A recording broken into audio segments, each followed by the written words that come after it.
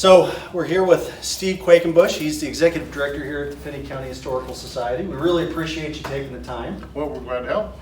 And we're going to go out today. We're going to be in a 2018 Honda Pilot Touring. All right. Only the best for you. Well, thank you. You're welcome. And I know you don't have a Rolls Royce, but you know, that's great. So. Well, this is a Rolls Royce of Hondas. Okay. Okay. Steve, welcome to Around the Block. Thank you very much. Thanks and for joining literally, us. we're going around the block. We so. are, yes, yes, and then some. All right. And then some. Tell us about what is going on this summer.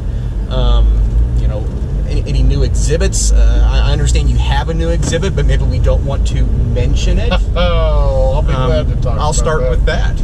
Well, yeah, we have a small space inside our main entrance, and we call it the front door gallery for obvious reasons. And we change exhibits there, we hope sometimes 6 times a year. I think it'll be 5 this year. And right now, through the end of July, we do have an exhibit called Unmentionables, an intimate peek at Victorian and Edwardian era undergarments. And It's underwear. Yeah. Yes, it is. It is. But we're being Victorian and Edwardian, so you know they are. So long johns are Edwardian? Yes, they are. As a matter of fact, because in addition to several corsets, sets of bloomers and pantaloons, and some things that were called binders, we thought, okay, these are all women's items. We need something for men. Yeah. You know, so we have a pair of long johns. And in the research, we learned there are 2 kinds of long johns. There are union suits, which are the one piece, and they've got the buttons up the front and the trap door in the back. Sure. So you don't have to take the whole thing off when you go out to the outhouse. Right. It's handy. Yes. And then there were regular long johns, which were the 2-piece, and you know we still have both of those. Everything in the exhibit is an artifact, with the exception of the long johns. We didn't have any, so we ordered a replica. I thought you may have just called my dad on this. No. But we learned something very interesting. There was a heavyweight champion boxer in the 1890s named John Sullivan, and he boxed in what basically were long johns. He was a tall gentleman with a big handlebar mustache, and his nickname was Long John Sullivan, and hence Long Johns today. Well, you know, gosh, but what a great start to the show. My goodness. It's a winner. Underwear, there you go. Corsets are kind of, I mean, they are historic. Garden City was founded in 1879. That was the golden era of the corset. Corsets actually went back more than a century and were in use actually up until about World War I. But they were phased out for 2 reasons at that time, about the time of World War I. One of them was they came up with a new piece of technology called elastic. Hence, That'll do it. the girdle was Change the world. created, yes. And also, the stays in corsets were originally bone. They were whalebone. And then later they were made of reeds, and at the last 20 years or so they were made from steel. Well, they needed steel for war production, so it was appropriate to get rid of your corset and use something else to shape your figure. And if people come in to see the exhibit, they can learn about Elizabethan corsets and swanbill corsets and even electric corsets. Do we get to learn about boxers or briefs? Only about the long johns at this point. But you know, we have 8 mannequins showing 12 different garments, and so we think it's going to be kind of a fun exhibit. And so that's the story. Talking about underwear, I mean, does it get any better than starting off the show talking about underwear? Nothing says fun like underwear. That's right, and pantaloons. I mean, That's just fun to say. that is fun to say. Pantaloons, bloomers. Pantaloons, I'm sorry. Yeah, Pantaloons. Close Riches. I don't even know how to say it, but it's still Close it's enough. fun either way. It's all. I'm having a phenomenal time. So we start with underwear, and then we move on to flea markets. Yes. Tell Which us I think about is a pretty appropriate transition. fleas. Tell us about the flea market coming up in July. Well, it's the Flea Market Festival, and officially it's the Flea Market Festival of Antiques, Collectibles, Art, and Crafts. And it's basically a big craft show, an antique show, and we have booths from visiting vendors spread out in the zoo right behind the museum, just south of the museum. We're scaling it down slightly this year. Some years we've had as many as 55 vendors. This year, even though COVID is winding down, we wanted to space the booths out a little further and set them a little further back from the sidewalk. So we're limiting it to around 40. And right now we still have room for maybe 10 additional vendors. So if anybody's interested. Yeah, did you hear that, folks? There's still room. Yeah, and we will have antiques, woodworking. Oh, I should have brought a list along with me, but handcrafts, a whole wide, wonderful range of things. We have several vendors bringing collectible items and antiques. One listed her items as rusty junk, but but people I've got a lot of that. Yeah, people love rusty junk, like milk cans, old wheel covers, license tags, things like that. But if you're looking for the kind of crafts that you might see at say at Whimmy Diddle in Scott City, or maybe at Art in the Park, a whole range of things like that. We'll have children's books. Actually, those are published by Betsy Thompson, who used to live here in Garden City and publishes books for children. Okay. So really something for everyone. Yes, it is. And we don't have a theme other than come and share what you have. But then we also have kind of and this is really the flea market aspect of it, kind of a large rummage sale, a garage sale. And we do that on the patio at the museum, the adjacent meeting room, which, by the way, over the past year, we have renamed the Mary Regan Conference Room. Mary Regan was the director for 25 years. I've only been there 8. I'm still the new kid on the block. But the meeting room, the patio, and then some adjacent space will all be dedicated to donated items.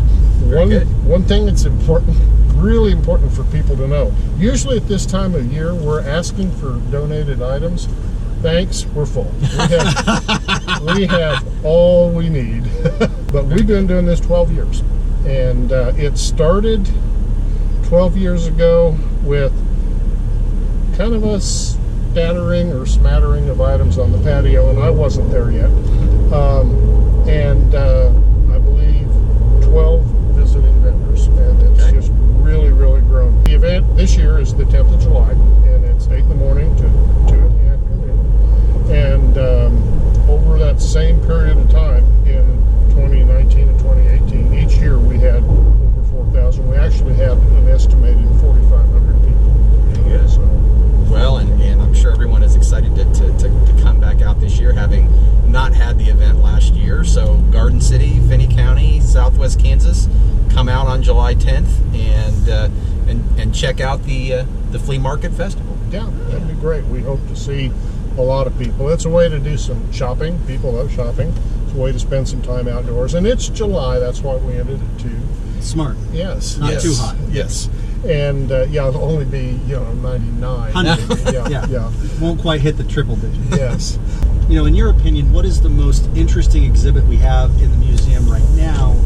And I'm also curious to know what sort of you think the most underrated aspect, historically speaking, of Finney County might be. We have 3 main galleries in our exhibit area. We have the main gallery that has a whole range of small, you might call mini exhibits.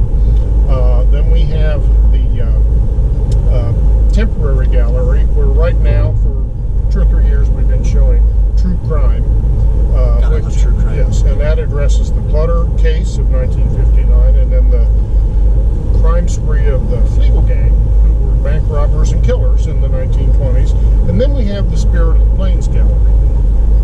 My favorite is the Spirit of the Plains because it covers the grand sweep of cultural and natural history in western Kansas for the past right here where we're driving, there were pre-Native Americans hunting mammoth. In fact, it's not unusual if you put a backhoe in the ground in Finney County, Kansas, to come up with mammoth remains. Really? Yes. Now, if a contractor comes across them, they think that archaeologists are going to descend and stop the project, and that's not really going to happen. We would love them to just bring us the bones, and that's happened a few times. Okay. In the Spirit Gallery, we actually have two not preserved, but actual mammoth tusks that people can come in and see. We have a collection of stone points, arrowheads, knives, other stone implements, some going back a few hundred years, some going back thousands of years. We have a collection of about 300 of those, all recovered in Finney County. People can also come in and look at other historic sites in southwest Kansas. They can look at the map, which covers an entire wall, hit a button, it'll light up the location. That's why it's my favorite. It takes the big picture over a lot of time. What's the fan favorite? Okay, the fan favorite is my least favorite. Okay. We have, Well, Wow. way to go against the grain there, Steve. we have what purports to be the world's largest hairball. Oh, yes. Oh yeah, well that is a fan favorite. Well- Get your picture taken. How Yes, could it is. not be? Well, and for anybody who hasn't seen it, and I think you both have, I Yeah. mean, it's bigger than a bowling ball. It's not quite as big as a basketball. It's a hairball. Now, people think of cats, for Sure they do. hairballs. They don't think of cows. But this hairball was recovered at IBP, now Tyson, many years ago during the slaughtering process in beef production. And we have it, we don't hide it, but we don't really push it either. It's not a featured item. No. Well, at least not until you're no longer the executive director, right? Yes. It's not in the brochure. It's not, on a website anyplace. It actually parks in a brass spittoon. And that spittoon sits on our front reception counter, and people can come in and see it. And yes, people have driven hundreds of miles out of their way just to see the giant hairball. And a lot of selfies get taken with the hairball. Sure. Because most museums, including ours, you see all these signs that say don't touch. You can touch the hairball. In fact, we have... Boy, we have- that's a weird invitation. yes, it is. Well, and I think I'll pass. I'm out. it feels like you might have a burr haircut and you're just rubbing it. Okay. And we've had a bottle of hand sanitizer there long before anybody heard of COVID-19. We keep that right there. We understand that you have another collection that is very impressive, a collection of neckties. Oh my gosh, yeah. Why? Do you That's- have so many? I'll tell you what. How many do you have? Somewhere above 230, and I quit counting years ago. My wife Neva and I, we every now and then we go through them and we pull some back out and we put some others away. I don't know how many are in service right now, but a lot. When I moved back, I'm a Garden City native, born here in 1956. But I was gone for about 10 years. After I graduated from Fort Hays State, my degree is journalism, and I was editor of the Haskell County Monitor Chief in Simulat for about a year. It's my home paper right there. Yes, and the name of the paper is longer than the subscription. Yes. But anyway, I was there, and then for the next 8 years, I ran the newsroom at the Southwest Daily Times and Liberal. And in 1988, we moved back to Garden City, and I was hired to be the public relations director at Garden City Community College. I was in my early 30s, and I thought, I'm a pretty young guy, I need them to take me seriously, so I started wearing a tie to work. Oh, okay. And everything just ballooned from there, And in those days, I'd go to like a big box store and buy a tie. Now, we're much more selective now, I can admit my most expensive tie was $89. I also found some I really like at Goodwill for $1, Well, it evens out then. Yeah, so it works out all right. It's a true collection. Yes, and one time at the community diversity breakfast, I showed up with a Save the Children pictures of little kids, cartoon-like pictures of little kids, all different cultures, all shaking hands and being friendly. And Deborah Bolton, who a lot of people know, she said, "Steve, you just have a tie appropriate for every occasion." And I said, "Yeah, and I have some that are not." Okay, you mentioned the Fleagle Gang. I love true crime. Why is the Fleagle Gang not a bigger deal? I mean, there's a tremendous, it's a tremendous story. Anybody who knows it, but a lot of people, particularly in this area, are familiar with the Dalton Gang, with the Dalton Gang hideout, got to meet and everything. Why aren't the Fleagles more well known? Our prevailing theory at the museum is that the Fleagles had a funny name. People know John Dillinger, they know Babyface Nelson, they know Bonnie and Clyde. I don't put Al Capone in that category because he was more of a syndicate boss, not a two-bit robber. But all those others operated pretty much in the 1930s and were pretty well known. And Bonnie and Clyde, most people think, probably were through this area at least a time or two. The Fleagles were in the 1920s, and it is strange that they're not as well known because at the time they were nationally notorious. They committed murders, they robbed banks. Sometimes we get to laughing, and it's a good-natured thing to talk about the Fleagles, but they were a pretty vicious bunch. They used George Abshire and Howard Royston a lot, and it was those four who kind of peaked as criminals and met their demise in the late 1920s when they pulled a bank job in Lamar, Colorado. Basically, they went into the bank. They had cased the place ahead of time, pulled out their guns, and we have on display in the exhibit 8 of the guns actually used by the Fleagle Gang. But they pulled out their guns. Mr. Parrish, A.M. Parrish, who was the bank president, and his son, Jaddo Parrish, both of the Parrishes pulled out pistols. So there was an exchange of gunfire in the bank. And Mr. Parrish and his son were both killed by the gang. The gang took 2 tellers as hostages, put them on the running board of their car as human shields in case they were fired at by law enforcement. Killed one of those hostages after they'd already killed 2 people in the bank. The other hostage they shoved off in a ditch, but the gentleman that they killed was found later dead in a shed in near Liberal, Kansas. And remember, they were running around in about a 1927, 1928 Buick. They managed to get to Liberal and dump one of their victims. Then they went up to Dighton and enticed out or kidnapped, what have you, Dr. William Weininger, because Howard Royston, he was a big guy, he was known as Heavy. He'd taken a shot in the jaw and he was in bad shape. They had Dr. Weininger repair, to the best of his ability, Royston's jaw. Then they put Dr. Weininger in his own car, put a shotgun to the back of his head, and murdered him. These are bad guys. Yeah. Yes, they are bad guys. Not winners. No. In the process, Jake Fleagle made a mistake. Jake got his fingerprint on the window glass in that Buick. Now, fingerprint evidence... I was going to say, this is one of the earliest known uses of fingerprint as evidence. Yes. Yeah. Fingerprints were not unheard of, but they were still a fairly new piece of forensic evidence.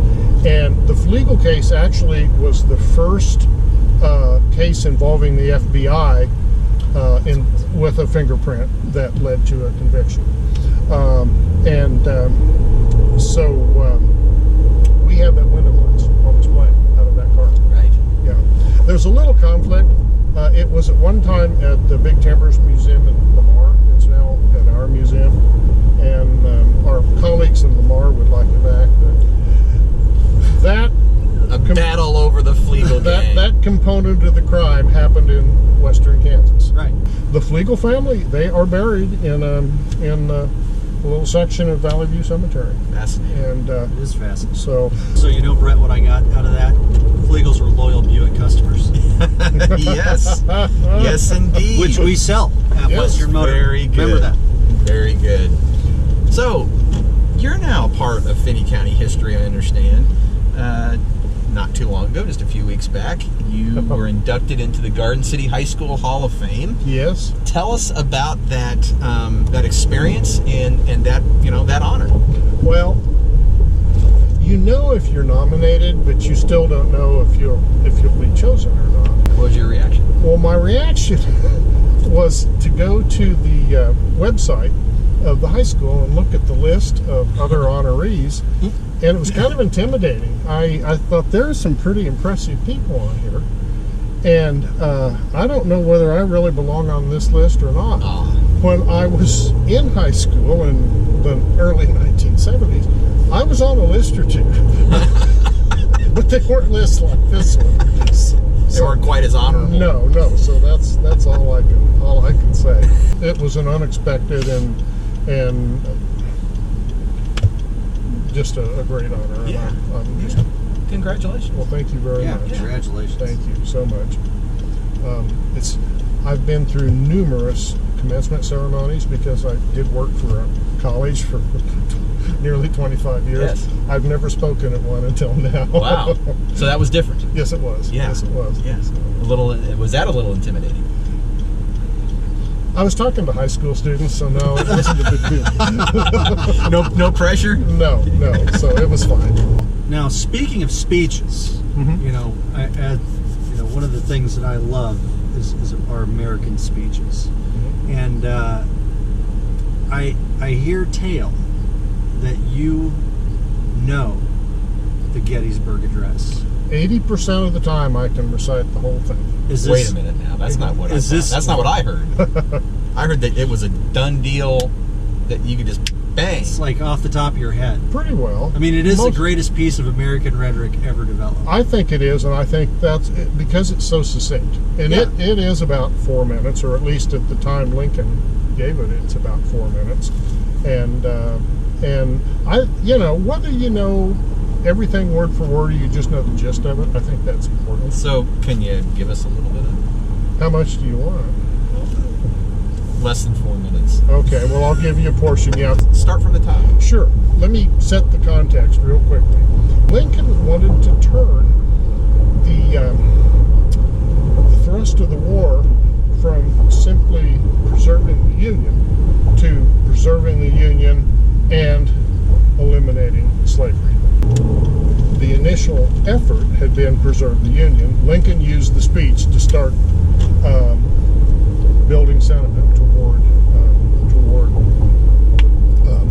freeing slaves. Okay, your 4 minutes is running out. Okay, so let's well, go. so I'll give you just a little bit of speech. He looked at me, he said, 77 years ago, our fathers brought forth upon this continent a new nation, conceived in liberty and dedicated to the proposition, for him that was an important word, that all men are created equal. Now, we are engaged in a great civil war, testing whether that nation or any nation so conceived and so dedicated can long endure. We are met upon a great battlefield of that war. We have come to dedicate a portion of that field to those who here gave their lives that that nation might live. And it goes on from there.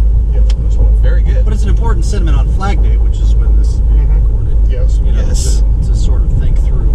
Yes. I might mention our next Front Door Gallery exhibit, which will probably be coming into place early August. This will be in September, the 20th anniversary of the terrorist attacks on 9/11. Right. We have in planning a commemorative exhibit on 9/11. We'll have some photographs of what happened in New York and at the Pentagon that day, but we'll also have some accounts, some quotes, some images of how Garden City was affected. I mean, we have front pages of the Garden City Telegram that day and the 2 subsequent days after that. We have quotes and recollections from several people, and people may be aware, may not. They ordered instantly, or as quickly as possible, all airline traffic in the United States to the ground. Right. Which I think was actually on the front page of the paper that day. It was, yes. And 3 jetliners landed at Garden City Regional Airport. Yeah. They had to take the fire department ladder truck out to get the people down out of the plane. The school district had That's the famous local photo. Yeah, Is that. Yeah. Though there's another photo I like better, and I'll tell you about that. But they also had to get a scissor lift and borrow that from the school district to get it up to the luggage compartments so they could get the baggage in. Right. You know, and Finney County did a great job of hosting people. They had, I believe, a bowling tournament for some of the people while they were here for several days. They took them to dinner. They did all kinds of things to host the people who were stranded here to give them a good experience. They even printed T-shirts that said, "I survived 9/11 in Garden City, Kansas." You know, so my favorite picture was when the passengers were finally able to leave. And if I remember correctly, the plane that left first was the one designated to go, because I think the pilot of that plane won the bowling tournament. I'm not sure now. You know. But there's a picture of the plane either taxiing or taking off, and here's some folks from Garden City out waving goodbye. And maybe that's a little hometown corny, but you know, again, that's Garden City. Again, that makes you feel good about Garden City. That's Garden City. It really does. Yes. So. Why is history important to a community? Why should it be important to a community? And how does the museum help facilitate that? Well, the importance, this sounds cliche, but the importance is, if you don't know where you've been, you don't know where you're going. In a greater sense, if you don't have a concept of why your community is there, who built it, for what purposes, what were their dreams and aspirations, then really how do you know where your community is going to go? Right. And so for me, that's the important part of it. Now I've forgotten the other part of your question. Well, how the museum can help facilitate that? Well, we have an official mission statement, and that is preservation of the past to enlighten the future. We help people see their heritage and see the history of the community in carrying out that mission. And we do that in 4 areas. Obviously, people are familiar with the fact that we have exhibits, but we do 3 other important components of that mission too.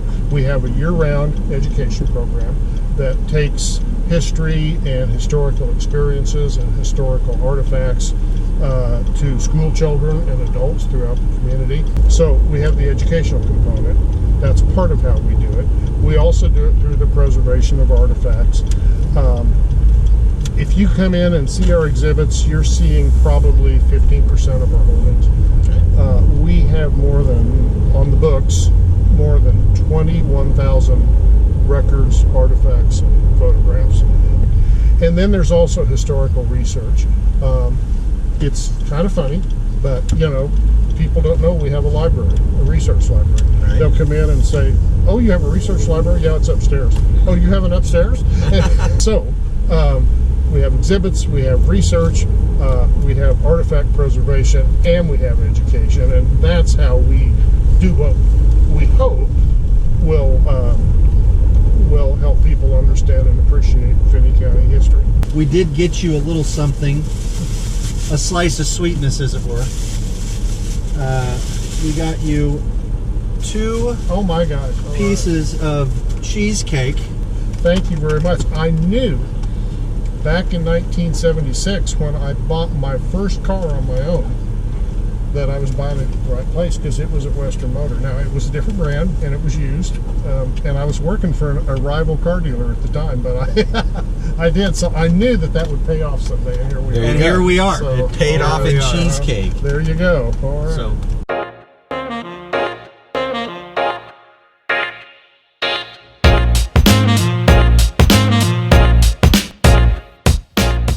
Meet Western Motor. We've been family owned and operated for 80 years, which means we know a thing or two about getting you into the perfect new or pre-owned vehicle. And if it ever needs service, our team of certified technicians are here. Shop our inventory at westernmotor.com.